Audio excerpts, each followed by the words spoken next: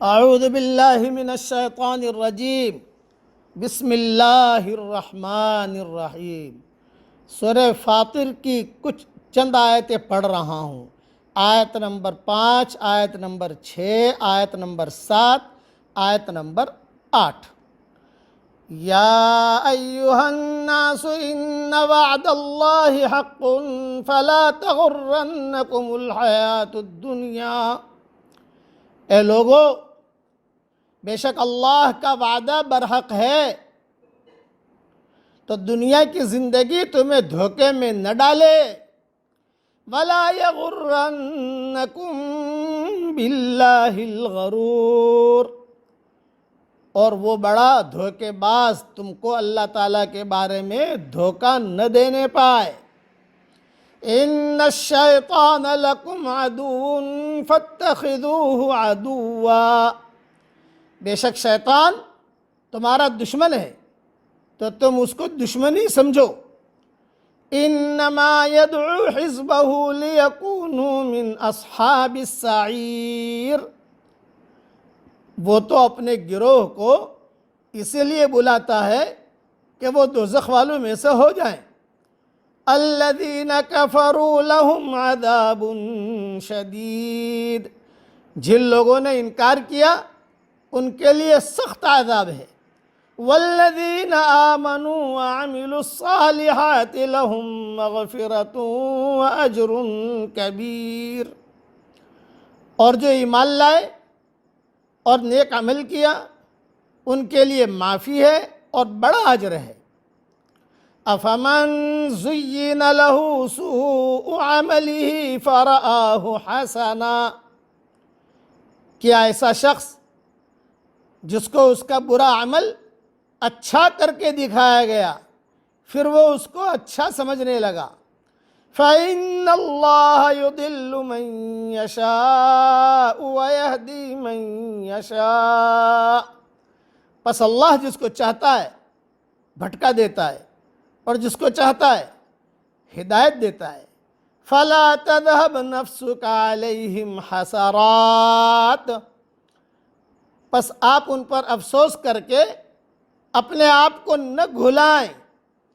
ان اللہ علیم بما یصنعون، اللہ کو معلوم ہے جو کچھ وہ کرتے ہیں۔ مختصر تشریح سن لیجیے۔ اللہ تعالیٰ نے ہر آدمی کو یہ صلاحیت دی ہے کہ وہ سوچے اور حق اور ناحق کے درمیان تمیز کر سکے۔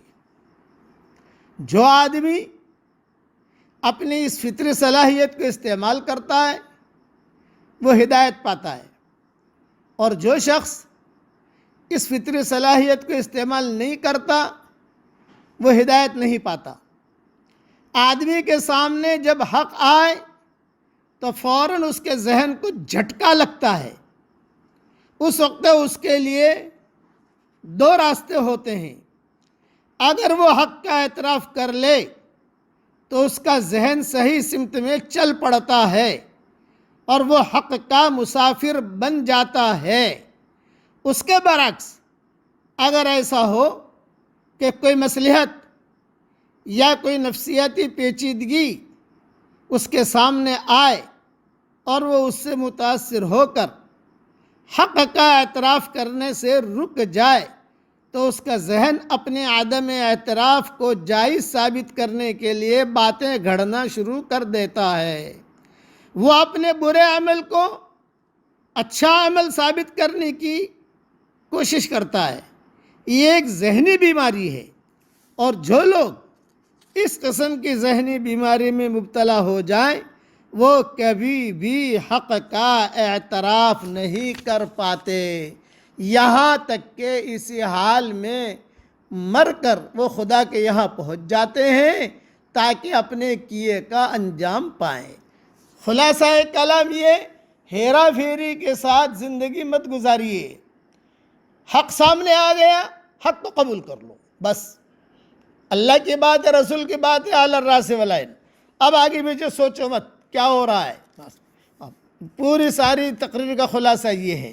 اس لیے سچوں کا ساتھ بھی دینا، سچوں کے ساتھ بھی رہنا، اور جو کر رہے ہیں ہم اس میں دیکھنا کہ میں حضور صلی اللہ علیہ وسلم کے طریقے کے مطابق کر رہا ہوں یا نہیں کر رہا، قرآن اور حدیث کے مطابق کر رہا ہوں نہیں کر رہا۔ بس یہ ہے۔ اللہ تعالی ہم سب کو حضرت محمد صلی اللہ علیہ وسلم کے طریقے کے مطابق زندگی گزارنے کی توفیق عطا فرمائے۔ سب سے بڑا اللہ والا کون ہے؟ یہ سوال ہے کہ سب سے بڑا اللہ والا کون ہے؟ قطب، ابدال، ولی کون ہے؟ وہ آدمی ہے، وہ عورت ہے جو سنت کے مطابق زندگی گزارے، بس وہ ہے سب سے بڑا اللہ والا آدمی۔ اس لیے سنتوں کے مطابق زندگی گزارنے کی ہم کوشش کریں۔ اللہ تعالی ہم سب کو عمل کرنے کی توفیق عطا فرمائے، آمین۔ وآخر دعوانا ان الحمد للہ رب العالمین۔